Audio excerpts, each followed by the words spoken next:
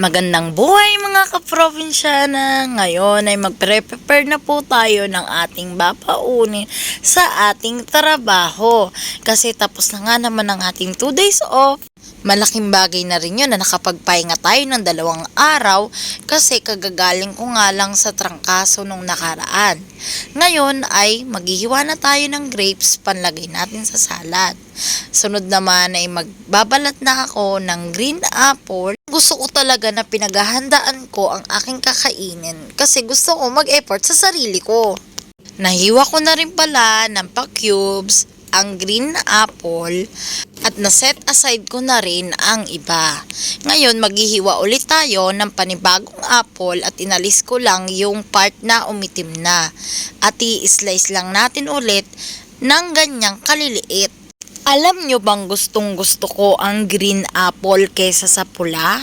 Bukod na sa masustansya, maasim pa. Pwede mo nga yung isawsaw sa asin eh.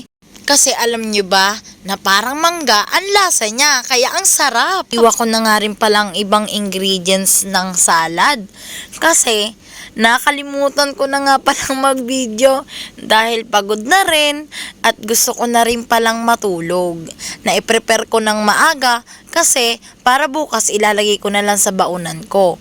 Naglagay na rin pala ako ng tissue dyan sa strainer para masipsip niya yung tubig na galing sa lettuce at cucumber. At ito na ang ating salad!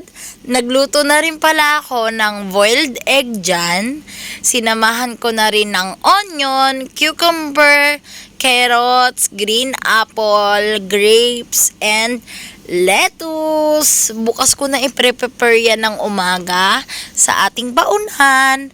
Tapos lalagyan ko lang ng mayonnaise, salt, and paminta. Salamat sa panonood. Paalam!